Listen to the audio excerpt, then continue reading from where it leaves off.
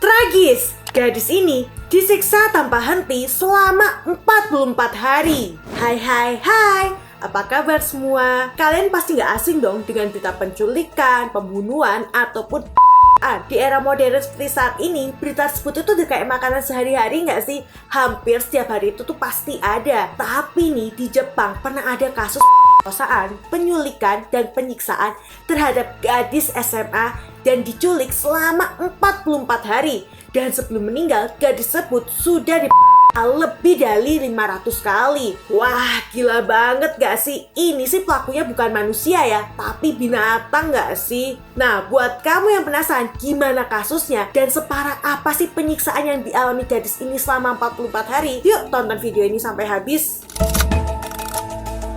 Junko Furuta adalah gadis cantik yang lahir pada tanggal 18 Januari 1971. Gadis berusia 17 tahun tersebut gak hanya populer karena parasnya yang cantik, tapi dia juga dikenal dewasa, pintar, dan mudah bergaul, sehingga disukai oleh teman-teman dan juga guru di sekolahnya. Saat sekolah, diketahui jika Furuta itu memiliki impian menjadi seorang penyanyi. Sayangnya, mimpi ini tuh harus kandas karena perbuatan 4 remaja tak bertanggung jawab, Hiroshi Miyano, Jo Ogura, Shinji Minato, dan Yasushi Watanabe. Kejadian tragis ini terjadi pada tanggal 25 November 1988. Saat itu, Furuta yang baru saja pulang dari kerja sambilan sekitar setengah 9 malam, pulang dengan mengendarai sepedanya. Di tengah jalan, tiba-tiba seorang laki-laki tak dikenal menendang sepedanya dengan keras sehingga Furuta terjatuh. Setelah kasus ini terungkap, baru diketahui jika laki-laki yang menendang sepedanya adalah Shinji Minato atas perintah dari Hiroshi Miyano. Saat itu, karena terjatuh terlalu keras, kaki Furuta mengalami cedera sehingga dia memutuskan untuk pulang sambil menuntun sepedanya. Dan di tengah jalan, Furuta bertemu dengan Hiroshi Miyano, seniornya di sekolah. Saat itu, Miyano menawari Furuta sebuah tumpangan. Furuta sama sekali gak curiga dan justru berpikir bahwa kakak kelasnya adalah orang yang baik hati yang mau membantunya saat kesulitan. Sayangnya, Miyano tidak mengantarkan Furuta ke rumah, melainkan membawanya ke gudang terbengkalai. Sesampainya di gudang, Miyano tuh langsung menarik Furuta masuk ke dalam gudang dan gadis tersebut sambil mengancam bahwa dia adalah anak Yakuza. Yakuza itu semacam mafia di Jepang ya. Nah, terus sambil mengancam, Miyano tuh juga berkata jika Furuta berani kabur, dia akan mati. Nah, setelah puas dari gudang nih, Miyano tuh masih merasa ingin melanjutkan aksinya. Jadi, dia membawa Furuta ini pergi ke hotel dan kembali lagi. Setelah puas melakukan aksi kecilnya, Miyano menghubungi Shinji Minato, Jo Ogura, dan Yasushi Watanabe untuk mengajak bertemu di taman pada pukul 3 dini hari. Karena takut jika dia melepaskan Furuta, dia akan melaporkan perbuatannya kepada orang-orang. Saat itu, mereka berempat mengancam Furuta bahwa mereka tahu di mana alamat rumahnya. Dan jika Furuta berani kabur, mereka akan menyuruh Yakuza pergi ke rumah Furuta dan membunuh seluruh keluarganya. Akhirnya, Furuta diajak ke rumah Shinji Minato di distrik Ayase di Adachi, di utara tengah prefektur Tokyo yang digunakan sebagai tempat geng mereka berkumpul. Di sana, Furuta tidak hanya oleh Hiroshi Miyano, tapi juga oleh Shinji Minato, Jo Ogura, dan Yasushi Watanabe. Nah, selama beberapa hari ada di sana, akhirnya orang tua Shinji Minato tuh menyadari kehadiran Furuta. Tapi saat itu Furuta tuh dipaksa mengaku bahwa dia adalah pacar dari Shinji Minato dan akan tinggal di rumah mereka selama sebulan ke depan. Saat diselidiki oleh polisi, ternyata orang tua Shinji Minato tuh nggak berani melaporkan hal tersebut atau berbuat banyak karena mereka takut dengan anak mereka yang sering melakukan kekerasan kepada mereka. Sedangkan 2 hari tidak ada kabar dari anaknya, orang tua Junko Furuta memutuskan melaporkan kasus anak hilang kepada polisi pada tanggal 27 November 1988. Saat itu, media tuh ramai membicarakan tentang hilangnya Junko Furuta dan dia menjadi topik hangat di seluruh masyarakat. Akibat hal itu, Hiroshi Miyano tuh menjadi gusar dan menyuruh Furuta untuk menghubungi orang tuanya dan mengatakan bahwa dia baik-baik saja dan akan tinggal bersama teman-temannya. Oleh sebab itu, orang tua Furuta memutuskan mencabut laporan tersebut dan kabar hilangnya Junko Furuta menjadi hilang dari masyarakat. Pada tanggal 28 November 1988, Miyano mengundang Tetsuo Nakamura dan Koichi Hihara ke rumah Shinji Minato. Saat itu, Miyano mengajak keduanya pergi ke atas tempat di mana Furuta berada. Melihat adanya laki-laki lain yang datang, Furuta menjadi ketakutan sehingga ia berteriak dan berusaha melarikan diri. Saat itu, Miyano langsung menarik kaki Furuta dan Koichi Ihara cara menutup wajahnya dengan bantal. Setelah itu, mereka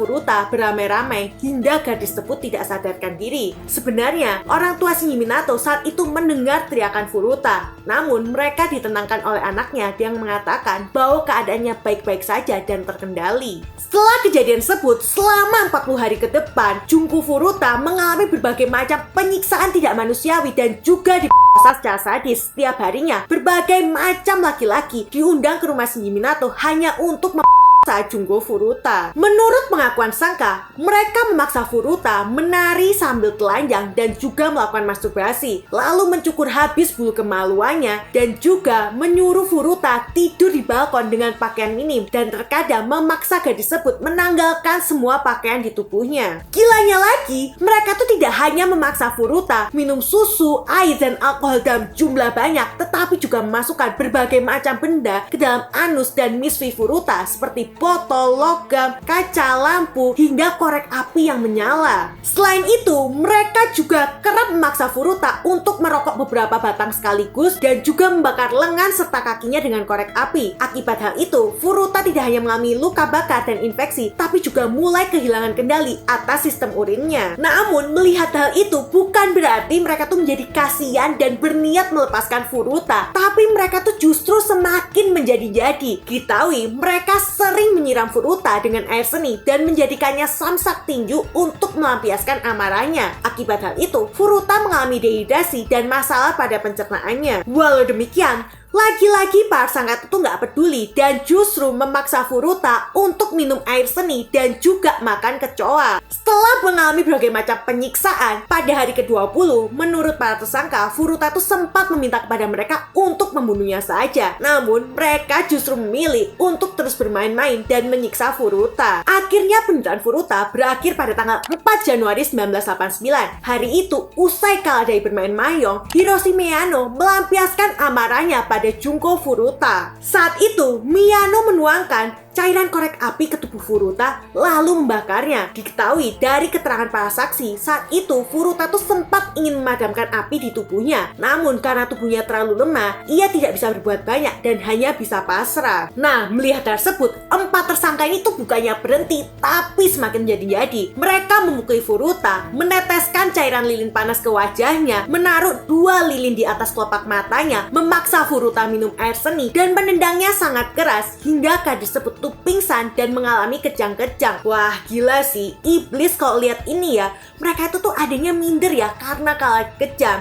Dan akhirnya mereka tuh justru resign dan menyuruh 4 orang ini yang jadi iblis kali ya. Oke, lanjut lagi ya. Walaupun Furuta sudah pingsan dan mengeluarkan banyak darah, 4 iblis ini, maksudnya 4 orang ini bukannya kasihan, tapi mereka kembali memukuli Furuta dan menjatuhkan bola besi berulang kali di perut Furuta. Akibat menerima penyiksaan selama 2 jam nonstop, Furuta akhirnya menghembuskan nafas terakhirnya. Melihat Furuta sudah meninggal, 4 orang tersebut itu bukannya merasa bersalah, tapi memiliki ide licik supaya mereka tidak tertangkap polisi. Jadi mereka memutuskan memasukkan mayat Furuta ke dalam tas travel dan menutupinya dengan selimut. Setelah itu, mereka masukkan tubuh Furuta ke dalam drum ukuran 55 dan menutupinya dengan semen basah, lalu membuang drum tersebut ke dalam truk semen di Koto, Tokyo. Beberapa minggu kemudian, pada tanggal 23 Januari 1989, Jo Ogura dan Hiroshi Miyano ditangkap oleh polisi karena telah gadis berusia 19 tahun yang dilakukan pada bulan Desember. Lalu saat diinterogasi oleh polisi ketika mereka menemukan pakaian dalam wanita di rumah keduanya, Miyano berpikir bahwa Jo Ogura telah melaporkan perbuatan mereka tentang Junko Furuta. Sehingga Hiroshi Miyano mengatakan di mana letak mereka membuang mayat Junko Furuta. Awalnya polisi tuh bingung dengan pengakuan dari Hiroshi Miyano karena mereka tuh kan sebenarnya menangkap mereka soal kasus penculikan yang terjadi 9 hari sebelum hilangnya Junko Furuta. Namun berkat itu, polisi berhasil menemukan di mana Junko Furuta berada. Dan saat ditemukan, kondisi tubuh Jungko Furuta itu sudah sangat mengenaskan dan tidak bisa dikenali. Sehingga para polisi itu mencari tahu identitasnya dari sidik jari Jungko Furuta. Awalnya, setelah kasus Jungko Furuta ini terungkap, polisi memilih untuk menutupi identitas Jo Ogura dan Hiroshi Miyano karena menganggap mereka masih di bawah umur. Namun, jurnalis dari majalah Sungkan Bunsun memilih mengungkapkan identitas para tersangka pada publik karena bagi jurnalis tersebut, mereka itu tidak punya hak untuk namanya dianonimkan karena kejahatan mereka itu bukan hal sepele. Pada akhirnya, publik mengetahui identitas 4 tersangka dan mereka mengaku salah karena telah melakukan pencederaan tubuh yang mengakibatkan kematian. Selanjutnya, pada bulan Juli 1990, Hiroshi Miyano mendapatkan hukuman 17 tahun penjara dan saat dia melakukan banding, Hakim Pengadilan Tinggi Tokyo Ryuji Yanase justru memberinya tambahan 3 tahun penjara. Sedangkan Shinji Minato yang awalnya dihukum 4-6 tahun penjara diputuskan oleh Hakim Ryuji Yanase untuk dihukum 5-9 tahun penjara. Lalu Yosushi Watanabe divonis paling lama 7 tahun penjara, sedangkan Jo Ogura 8 tahun. Sedangkan para tersangka lain yang diketahui melakukan pelecehan terhadap Jungko Furuta juga mendapat dakwaan atas pemerkosaan. Pada bulan Juli 2004, Jo Ogura yang sudah bebas kembali berulah. Kali ini dia melakukan penyiksaan terhadap Takatoshi Isano. Diketahui Jo Ogura melakukan pemukulan selama 4 jam nonstop terhadap Takatoshi Isano dan juga mengancam akan membunuhnya. Beruntung, Isano berhasil selamat dan melaporkan hal tersebut ke polisi sehingga Jo Ogura kembali dihukum selama 7 tahun penjara. Nah, saat anaknya masuk penjara, ibu dari Jo Ogura ini pergi ke makam Jungko Furuta dan menyalahkan Jungko Furuta karena membuat anaknya hidup menderita. Aduh bu, sebenarnya tuh mestinya ibu ini tuh ngaca ya kalau misalnya anaknya itu yang berbuat salah. Nyiksa orang 44 hari nonstop, disiksa, masa bisa-bisanya masih nyalain korban. Kadang nih ya, bikin anak itu jadi semena-mena, ya orang tuanya sendiri. Hal salah itu dimaklumin dan justru nyalain orang lain. Akhirnya anak itu ya jadi semena-mena. Selain Jo Ogura, ternyata pada tahun 2018, Shinji Minato ini kembali berulah. Kali ini ia kembali tertangkap karena mencoba melakukan pembunuhan terhadap pria 32 tahun. Ia memukul kepala pria tersebut dengan logam lalu menggorok lehernya dengan pisau. Pada akhirnya, walaupun 4 orang tersebut sudah menerima hukuman, orang tua Jungko Furuta itu tetap merasa kecewa karena orang tua Shinji Minato membiarkan rumah mereka menjadi tempat penyiksaan anak mereka. Lalu, orang tua Jungko Furuta juga melaporkan orang tua Hiroshi Miyano, sehingga mereka harus mengganti rugi kepada orang tua Jungko Furuta sebanyak 50 juta yen. Nah, setelah kasus ini berakhir dan Jungko Furuta dimakamkan, pada hari kelulusan, kepala sekolah Jungko Furuta memberikan orang tuanya ijazah Jungko Furuta. Di mana sebelumnya, di hari pemakaman Jungko Furuta pada tanggal 2 April 1989, temannya memberikan pidato singkat perpisahan terhadap Jungko Furuta. Jun-chan, selamat datang kembali. Aku tidak pernah membayangkan kita tidak akan bertemu lagi dengan cara seperti ini. Kamu pasti sangat kesakitan, sangat menderita. Kami tidak akan pernah melupakanmu. Saya mendengar bahwa kepala sekolah telah menyiapkan sertifikat untukmu. Jadi, kamu lulus bersama kami semua, Jun-chan. Sekarang tidak ada lagi rasa sakit, tidak ada lagi penderitaan. Silakan beristirahat dengan tenang. Lalu, lokasi penemuan mayat Jungko Furuta saat ini sudah dikembangkan dan menjadi Taman Wakasu. Nah, itu dia kasus penculikan, penyiksaan, dan yang dialami oleh Jungko Furuta. Bisa dibilang kasus ini tuh paling tidak manusiawi se-Jepang atau mungkin sedunia kali ya. Ya bayangin aja, 44 hari disiksa nonstop, dipaksa minum urin, dipaksa makan kecoa, dipukulin, pokoknya menerima berbagai macam penyiksaan yang keji. Jadi nggak heran ya kalau misalnya Jungko Furuta ini tuh minta dibunuh aja. Ya bayangin deh, siapa yang kuat disiksa 44 hari nonstop kayak Jungko Furuta. Belum lagi nih, waktu awal kasus ini terungkap, para pelakunya tuh ditutupi polisi karena mereka di bawah umur. Ya mohon maaf nih ya, walaupun di bawah umur, tapi kelakuan mereka tuh kan udah ngalah-ngalahin iblis. Yang ada, mereka tuh harus disiksa seperti Jungko Furuta. Jadi mereka tuh tahu gimana penderitaan para korbannya.